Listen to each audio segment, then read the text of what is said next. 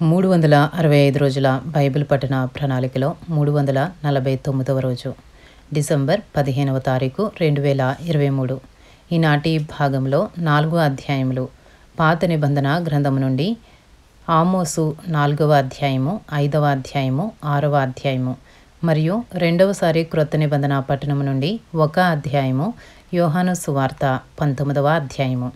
ఈనాటి భాగంలోని 4 అధ్యాయములలో మొదటి అధ్యాయము ఆమోసు 4వ అధ్యాయంలో ఉన్న 13 వచనములు. షోమ్రోను పర్వతముననున్న బాషాను ఆవులారా, దరిద్రులను బాధపెట్టుచు బీదలను నలుగగొట్టువారులారా, మాకు పానము తెచ్చి ఇయుడని మీ యజమానులతో చెప్పువారులారా, ఈ మాట ఆలకించుడి. ప్రభువైన యెహోవా తన పరిశుద్ధత తోడని చేసిన ప్రమాణమేదనగా, ఒక కాలము వచ్చుచున్నది, అప్పుడు శత్రువులు మిమ్మను కొంకుల చేతను మీలో శేషించిన వారిని గాలముల చేతను పట్టుకుని లాగుదురు. ఇటు అటు తొలగకుండా మీరందరూ ప్రాకారపు గండ్ల ద్వారా పోవుదురు. హర్మోను మార్గమున వెలివేయబడుదురు. ఇదే యెహోవా వాక్కు. బేతేలునకు వచ్చి తిరుగుబాటు చేయుడి, గిల్గాలునకు పోయి మరి ఎక్కువగా తిరుగుబాటు చేయుడి. ప్రతి ప్రాతకాలమున బలులు తెచ్చి 3 దినములకొకసారి దశమ భాగములను తెచ్చి అర్పించుడి. పులిసిన పిండితో స్తోత్రార్పణ అర్పించుడి. స్వేచ్ఛార్పణను గూర్చి చాటించి ప్రకటన చేయుడి. ఇశ్రాయేలీలారా, ఈలాగున చేయుట మీకిష్టమైనది. ఇదే ప్రభువైన యెహోవా వాక్కు. మీ పట్టణములన్నిటిలోనూ నేను మీకు దంతశుద్ధి కలుగజేసినను, మీరున్న స్థలములన్నిటిలోనూ మీకు ఆహారము లేకుండా చేసినను, మీరు నా తట్టు తిరిగిన వారు కారు. ఇదే యెహోవా వాక్కు. మరియు కోతకాలమునకు ముందు 3 నెలలు వాన లేకుండా చేసితిని. ఒక పట్టణము మీద కురిపించి మరి ఒక పట్టణము మీద కురిపింపకపోతిని. ఒక చోట వర్షము కురిసెను, వర్షము లేని చోటు ఎండిపోయెను. 2-3 పట్టణముల వారు నీళ్లు త్రాగుటకు ఒక పట్టణమునకే పోగా అచ్చటి నీరు వారికి చాలకపోయెను. అయినను మీరు నా తట్టు తిరిగిన వారు కారు. ఇదే యెహోవా వాక్కు. మరియు నీ సస్యములను ఎండు తెగులు చేతను కాటుక చేతను నేను పాడు చేసితిని. గొంగలి పురుగు వచ్చి మీ విస్తారమైన వనములను, ద్రాక్ష తోటలను, అంజూరపు చెట్లను, ఒలీవ చెట్లను తినివేశెను. అయినను మీరు నా తట్టు తిరిగిన వారు కారు. ఇదే యెహోవా వాక్కు. మరియు నేను ఐగుప్తీల మీదికి తెగుళ్ళు పంపించినట్లు మీ మీదికి తెగుళ్ళు పంపించితిని. మీ దండుపేటలో పుట్టిన దుర్గంధము మీ నాసికారంధ్రములకు ఎక్కునంతగా మీ యవనులను ఖడ్గము చేత హతము చేయించి మీ గుర్రములను కొల్లపెట్టించితిని. అయినను మీరు నా తట్టు తిరిగిన వారు కారు. ఇదే యెహోవా వాక్కు. దేవుడు సొదొమ గొమొర్రాలను బోర్లతోసి నాశనము చేసినట్లు నేను మీలో కొందరిని నాశనము చేయగా, మీరు మంటలో నుండి తీయబడిన కొరవులైనట్టు తప్పించుకుంటిరి. అయినను మీరు నా తట్టు తిరిగిన వారు కారు. ఇదే యెహోవా వాక్కు. కాబట్టి ఇశ్రాయేలీలారా, మీ ఎడల నేనీలాగునే చేయుదును గనుక ఇశ్రాయేలీలారా, మీ దేవుని సన్నిధిని కనబడుటకై సిద్ధపడుడి. పర్వతములను నిరూపించువాడును గాలిని పుట్టించువాడును ఆయనే. ఉదయమున చీకటి కమ్మజేయువాడును మనుషుల యోచనలు వారికి తెలియజేయువాడును ఆయనే. భూమి యొక్క ఉన్నత స్థలము మీద సంచరించు దేవుడును సైన్యములకు అధిపతియునగు యెహోవా అని ఆయనకు పేరు. ఇంతటితో ఆమోసు 4వ అధ్యాయంలో ఉన్న 13 వచనములు పూర్తి చేయబడినవి. ఈనాటి భాగంలోని 4 అధ్యాయములలో 2వ అధ్యాయము ఆమోసు 5వ అధ్యాయంలో ఉన్న 27 వచనములు. ఇశ్రాయేలు వారులారా, మిమ్మను గూర్చి నేనెత్తు ఈ అంగలార్పు మాట ఆలకించుడి. కన్యకయైన ఇశ్రాయేలు కూలిపోయెను, ఆమె మరెన్నటికిని లేవదు.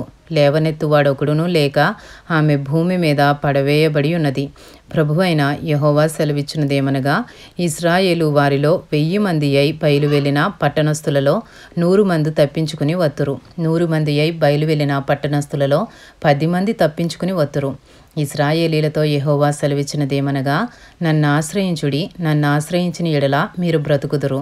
బేతేలును ఆశ్రయింపకుడి, గిల్గాలులో ప్రవేశింపకుడి, బేర్షెబాకు వెళ్ళకుడి. గిల్గాలు అవశ్యముగా చెరపట్టబడి పోవును, బేతేలు శూన్యమగును. యెహోవాను ఆశ్రయించుడి, అప్పుడు మీరు బ్రతుకుదురు. ఆశ్రయింపని ఎడల బేతేలులో ఎవరునూ ఆర్పివేయలేకుండా అగ్నిపడినట్లు ఆయన యోసేపు సంతతి మీద పడి దాని నాశనము చేయును. న్యాయమును అన్యాయమునకు మార్చి నీతిని నేలను పడవేయు వారలారా, ఆయన సప్త ఋషి నక్షత్రములను మృగశీర్ష నక్షత్రమును సృష్టించినవాడు. కారు చీకటిని ఉదయముగా మార్చువాడు, పగటిని రాత్రి చీకటి వలె మార్పు చేయువాడు. సముద్ర జలములను పిలిచి వాటిని భూమి మీద పొర్లి పారజేయువాడు. ఆయన పేరు యెహోవా. బలాఢ్యుల మీదికి ఆయన నాశనము తెప్పింపగా దుర్గములు పాడగును. అయితే గుమ్మములో నిలిచి బుద్ధి చెప్పు వారి మీద జనులు పగపట్టుదురు. యథార్థముగా మాట్లాడు వారిని అసహ్యించుకొందురు. దోష నివృత్తికి రోకలు పుచ్చుకుని నీతిమంతులను బాధపెట్టుచు గుమ్మమునకు వచ్చు బీదవారిని అన్యాయము చేయుట వలన మీ అపరాధములు విస్తారములైనవనియు మీ పాపములు ఘోరమైనవనియు నేనెరుగుదును. దరిద్రుల యొద్ద పంట మోపులను పుచ్చుకొనుచు మీరు వారిని అనగద్రొక్కుదురు. గనుక మలుపు రాళ్లతో మీరు ఇండ్లు కట్టుకునినను వాటిలో మీరు కాపురముండరు. శృంగారమైన ద్రాక్ష తోటలు మీరు నాటినను ఆ పండ్ల రసము మీరు త్రాగరు. ఇది చెడు కాలము గనుక ఈ కాలమున బుద్ధిమంతుడు ఊరకుండును. మీరు బ్రతుకున్నట్లు కీడు విడిచి మేలు వెదకుడి. అలాగు చేసిన ఎడల మీరు అనుకొని చొప్పున దేవుడును సైన్యములకు అధిపతియునగు యెహోవా మీకు తోడుగా ఉండును.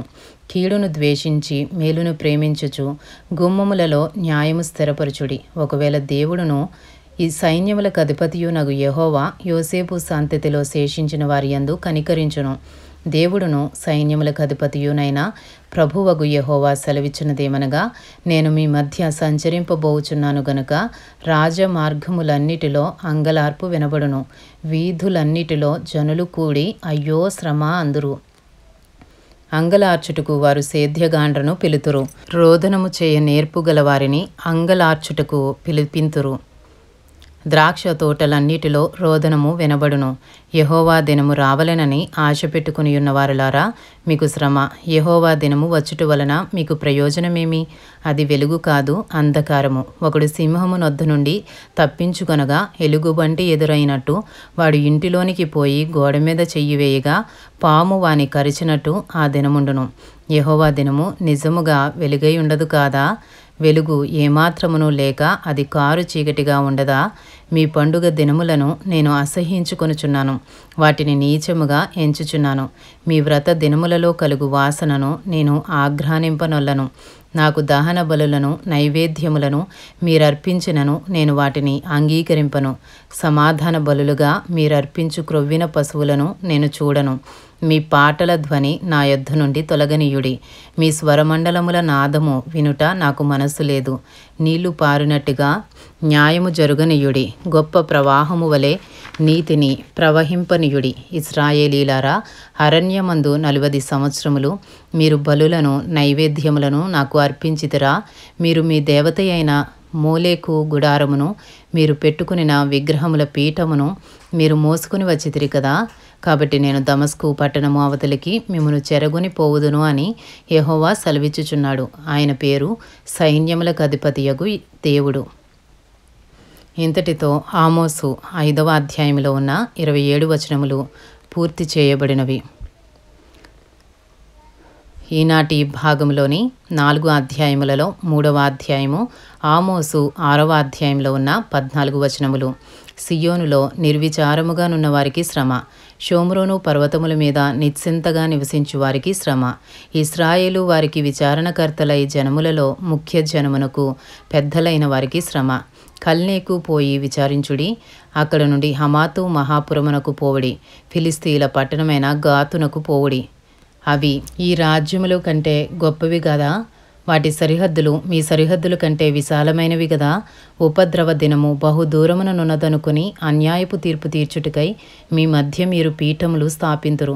దంతపు మంచముల మీద పరుండుచు పాన్పుల మీద తమ్మును చాచుకొనుచు మందలో శ్రేష్టమైన గొర్రె పిల్లలను సాలలోని క్రొవ్విన దూడలను వధించి భోజనము చేయుదురు. స్వరమండలముతో కలిసి పిచ్చి పాటలు పాడుచు దావీదు వలెనే వాయించు వాద్యములను కల్పించుకొందురు. పాత్రలలో ద్రాక్షరసము పోసి పానము చేయుచు పరిమళ తైలము పూసుకొని చుందురు గాని యోసేపు సంతతి వారికి కలిగిన ఉపద్రవమును గురించి చింతపడరు. కాబట్టి చెరలోనికి ముందుగా పోవు వారితో కూడా వీరు చెరలోనికి పోవుదురు. అప్పుడు సుఖాశక్తులు చేయు ఉత్సవ ధ్వని గతించును. యాకోబు సంతతి వారికున్న గర్వము నాకు అసహ్యము. వారి నగరులకు నేను విరోధినైతిని గనుక వారి పట్టణములను వాటిలోని సమస్తమును శత్రువుల వశము చేసేదనని ప్రభువైన యెహోవా తన తోడని ప్రమాణము చేసెను. ఇదే దేవుడును సైన్యములకు అధిపతియునగు యెహోవా వాక్కు. ఒక కుటుంబమందు 10 మంది మనుషులుండినను వారు చత్తురు. ఒకని దాయాది కాల్చబోవు వానితో కూడా ఎముకలను ఇంటిలో నుండి బయటికి కొనిపోవుటకై శవమును ఎత్తినప్పుడు ఇంటి వెనుకటి భాగమును ఒకని చూచి, ఇంటిలో మరి ఎవరైనా మిగిలియున్నారా అని అడుగగా అతడు ఇంకెవరునూ లేరనును. అంతటా దాయాదిట్లనను, నీవిక నేమియూ పలుకక ఊరకుండుము. యెహోవా నామము స్మరించకూడదు. ఏలయనగా గొప్ప కుటుంబములు పాడగుననియు చిన్న కుటుంబములు చీలిపోవుననియు యెహోవా ఆజ్ఞ ఇచ్చియున్నాడు. గుర్రములు బండల మీద పరిగెత్తునా, అట్టి చోట ఎవరైనా ఎద్దులతో దున్నుదురా? అయినను మా శక్తి చేతనే బలము తెచ్చుకుందామని చెప్పుకును మీరు, వ్యర్థమైన దానిని బట్టి సంతోషించు మీరు, న్యాయమును ఘోరమైన అన్యాయముగాను నీతి ఫలమును ఘోర దుర్మార్గముగాను మార్చితిరి. ఇందుకు దేవుడును సైన్యములకు అధిపతియునగు యెహోవా సెలవిచ్చినదేమనగా, ఇశ్రాయేలీయులారా, నేను మీ మీదకి ఒక జనమును రప్పింతును. వారు హమాతునకు పోవు మార్గము మొదలుకొని అరణ్యపు నది వరకు మిమ్మును బాధింతురు. ఇంతటితో ఆమోసు 6వ అధ్యాయంలో ఉన్న 14 వచనములు పూర్తి చేయబడినవి. ఈనాటి భాగంలోని 4 అధ్యాయములలో 4వ అధ్యాయము క్రొత్త నిబంధన గ్రంథం నుండి యోహాను సువార్త 19వ అధ్యాయంలో ఉన్న 42 వచనములు. అప్పుడు పిలాతు యేసును పట్టుకుని ఆయనను కొరడాలతో కొట్టించెను. సైనికులు ముండ్లతో కిరీటమును అల్లి ఆయన తల మీద పెట్టి ఊదారంగు వస్త్రము ఆయనకు తొడిగించి ఆయన యొద్దకు వచ్చి, యూదుల రాజా శుభమని చెప్పి ఆయనను అరచేతులతో కొట్టిరి. పిలాతు మరలా వెలుపలికి వచ్చి, ఇదిగో ఈయన యందు ఏ దోషమును నాకు కనబడలేదని మీకు తెలియనట్లు ఈయనను మీ యొద్దకు వెలుపలికి తీసుకుని వచ్చుచున్నానని వారితో అనెను. ఆ ముండ్ల కిరీటమును ఊదారంగు వస్త్రమును ధరించిన వాడై యేసు వెలుపలికి రాగా పిలాతు, ఇదిగో ఈ మనుష్యుడు అని వారితో చెప్పెను. ప్రధాన యాజకులను బంట్రౌతులను ఆయనను చూచి, సిలువ వేయము, సిలువ వేయము అని కేకలు వేయగా పిలాతు, ఆయన యందు ఏ దోషమును నాకు కనబడలేదు గనుక మీరే ఆయనను తీసుకొని పోయి సిలువ వేయుడని వారితో చెప్పెను. అందుకు యూదులు, మాకొక నియమము కలదు, తాను దేవుని కుమారుడనని ఇతడు చెప్పుకొనెను గనుక ఆ నియమము చొప్పున ఇతడు చావవలెనని అతనితో చెప్పిరి. పిలాతు ఆ మాట విని మరీ ఎక్కువగా భయపడి తిరిగి అధికార మందిరములో ప్రవేశించి, నీవెక్కడి నుండి వచ్చితివని యేసును అడిగెను. అయితే యేసు అతనికి ఏ ఉత్తరము ఇయ్యలేదు. గనుక పిలాతు, నాతో మాట్లాడవా? నిన్ను విడుదల చేయుటకు నాకు అధికారము కలదనియు నిన్ను సిలువ వేయుటకు నాకు అధికారము కలదనియు నీవెరుగువా అని ఆయనతో అనెను. అందుకు యేసు, పైనుండి నీకు ఇయ్యబడి ఉంటేనే తప్ప నా మీద నీకు ఏ అధికారమును ఉండదు. అందుచేత నన్ను నీకు అప్పగించిన వానికి ఎక్కువ పాపము కలదనెను. ఈ మాటను బట్టి పిలాతు ఆయనను విడుదల చేయుటకు యత్నము చేసెను గాని యూదులు, నీవు ఇతని విడుదల చేసితివా? కైసరునకు స్నేహితుడు కావు. తాను రాజునని చెప్పుకుని ప్రతివాడును కైసరునకు విరోధముగా మాట్లాడుచున్నవాడే అని కేకలు వేసిరి. పిలాతు ఈ మాటలు విని యేసును బయటికి తీసుకుని వచ్చి రాళ్ళు పరిచిన స్థలమందు న్యాయపీఠం మీద కూర్చుండెను. హెబ్రీ భాషలో ఆ స్థలమునకు గబ్బతా అని పేరు. ఆ దినము పస్కాను సిద్ధపరచు దినము. అప్పుడు ఉదయము 6 గంటలు కావచ్చెను. అతడు, ఇదిగో మీ రాజు అని యూదులతో చెప్పగా అందుకు వారు ఇతనిని సంహరించుము, సంహరించుము, సిలువ వేయుము అని కేకలు వేసిరి. పిలాతు, మీ రాజును సిలువ వేయుదునా అని వారిని అడుగగా ప్రధాన యాజకులు, కైసరు తప్ప మాకు వేరొక రాజు లేడనిరి. అప్పుడు సిలువ వేయబడుటకై అతడు ఆయనను వారికి అప్పగించెను. వారు యేసును తీసుకొని పోయిరి. ఆయన తన సిలువ మోసుకొని కపాల స్థలమను చోటికి వెళ్ళెను. హెబ్రీ భాషలో దానికి గొల్గొతా అని పేరు. అక్కడ ఈ వైపున ఒకనిని ఆ వైపున ఒకనిని మధ్యను యేసును ఉంచి ఆయనతో కూడా ఇద్దరిని సిలువ వేసిరి. మరియు పిలాతు యూదుల రాజైన నజరేయుడగు యేసు అను పై విలాసము రాయించి సిలువ మీద పెట్టించెను. యేసు సిలువ వేయబడిన స్థలము పట్టణమునకు సమీపమై ఉండెను. అది హెబ్రీ, గ్రీకు, రోమా భాషలలో వ్రాయబడిను గనుక యూదులలో అనేకులు దానిని చదివిరి. నేను యూదుల రాజునని వాడు చెప్పినట్టు వ్రాయము గాని యూదుల రాజు అని వ్రాయవద్దని యూదుల ప్రధాన యాజకులు పిలాతుతో చెప్పగా పిలాతు, నేను వ్రాసినదేమో వ్రాసి తిననెను. సైనికులు యేసును సిలువ వేసిన తరువాత ఆయన వస్త్రములు తీసుకుని ఒక్కొక్క సైనికునికి ఒక్కొక్క భాగము వచ్చినట్లు వాటిని 4 భాగములు చేసిరి. ఆయన అంగీని కూడా తీసుకొని ఆ అంగీ కుడి కుట్టు లేక పైనుండి యావత్తు నేయబడినది గనుక వారు దానిని చింపక అది ఎవనికి వచ్చునో అని దానికోసరము చీట్లు వేయుదమని ఒకరితో ఒకరు చెప్పుకునిరి. వారు నా వస్త్రములను తమలో పంచుకుని నా అంగీ కోసరము చీట్లు వేసిరి అను లేఖనము నెరవేరునట్లు ఇది జరిగెను. ఇందుకే సైనికులు ఈలాగు చేసిరి. ఆయన తల్లియు ఆయన తల్లి సహోదరియు క్లోపా భార్య అయిన మరియయు మగ్ధలేనే మరియయు యేసు శిలువ యొద్ద నిలిచియుండిరి. యేసు తన తల్లియు తాను ప్రేమించిన శిష్యుడును దగ్గర నిలుచుండుట చూచి, అమ్మా, ఇదిగో నీ కుమారుడు అని తన తల్లితో చెప్పెను. తరువాత శిష్యుని చూచి, ఇదిగో నీ తల్లి అని చెప్పెను. ఆ గడియ నుండి ఆ శిష్యుడు ఆమెను తన ఇంట చేర్చుకొనెను. అటు తరువాత సమస్తమును అప్పటికి సమాప్తమైనదని యేసు ఎరిగి, లేఖనము నెరవేరునట్లు నేను దప్పిగొనుచున్నానెనెను. చిరకతో నిండియున్న ఒక పాత్ర అక్కడ పెట్టియుండెను గనుక వారు ఒక స్పంజి చిరకతో నింపి హిస్సోపు పుడకకు తగిలించి ఆయన నోటికి అందించిరి. యేసు ఆ చిరక పుచ్చుకుని సమాప్తమైనదని చెప్పి తల వంచి ఆత్మను అప్పగించెను. ఆ దినము సిద్ధపరచు దినము, మరుసటి విశ్రాంతి దినము మహాదినము గనుక ఆ దేహములు విశ్రాంతి దినమున శిలువ మీద వండుకున్నట్లు వారి కాళ్ళు విరగగొట్టించి వారిని తీసివేయించుమని యూదులు పిలాతును అడిగిరి. కాబట్టి సైనికులు వచ్చి ఆయనతో కూడా శిలువ వేయబడిన మొదటి వాని కాళ్ళను రెండవ వాని కాళ్ళను విరగగొట్టిరి. వారు యేసునొద్దకు వచ్చి అంతకు ముందే ఆయన మృతి పొంది ఉండుట చూచి ఆయన కాళ్ళు విరగగొట్టలేదు గాని సైనికులలో ఒకడు ఈటెతో ఆయన ప్రక్కను పొడిచెను. వెంటనే రక్తమును నీళ్లును కారెను. ఇది చూచిన వాడు సాక్ష్యమిచ్చుచున్నాడు. అతని సాక్ష్యము సత్యమే. మీరు నమ్మునట్లు అతడు సత్యము చెప్పుచున్నాడని ఆయన ఎరుగును. అతని ఎముకలలో ఒకటైనను విరువబడదు అను లేఖనము నెరవేరునట్లు ఇవి జరిగెను.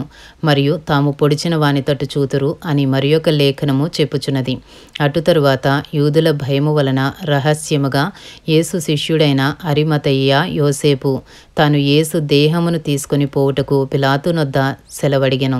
పిలాతు సెలవిచ్చెను గనుక అతడు వచ్చి యేసు దేహమును తీసుకుని పోయెను. మొదట రాత్రి వేళ ఆయన యొద్దకు వచ్చిన నికోదేము కూడా బోలముతో కలిపిన అగరు రమారమి 150 సేర్ల ఎత్తు తెచ్చెను. అంతట వారు యేసు దేహమును ఎత్తుకుని వచ్చి యూదులు పాతిపెట్టు మర్యాద చొప్పున ఆ సుగంధ ద్రవ్యములు దానికి పూసి నారబట్టలు చుట్టిరి. ఆయనను సిలువ వేసిన స్థలములో ఒక తోట ఉండెను. ఆ తోటలో ఎవడునూ ఎప్పుడునూ ఉంచబడని క్రొత్త సమాధి ఒకటి ఉండెను. ఆ సమాధి సమీపంలో ఉండెను గనుక ఆ దినము యూదులు సిద్ధపరచు దినమైనందున వారు అందులో యేసును పెట్టిరి. ఇంతటితో యోహాను సువార్త 19వ అధ్యాయంలో ఉన్న 42 వచనములు పూర్తి చేయబడినవి. Thank you lord.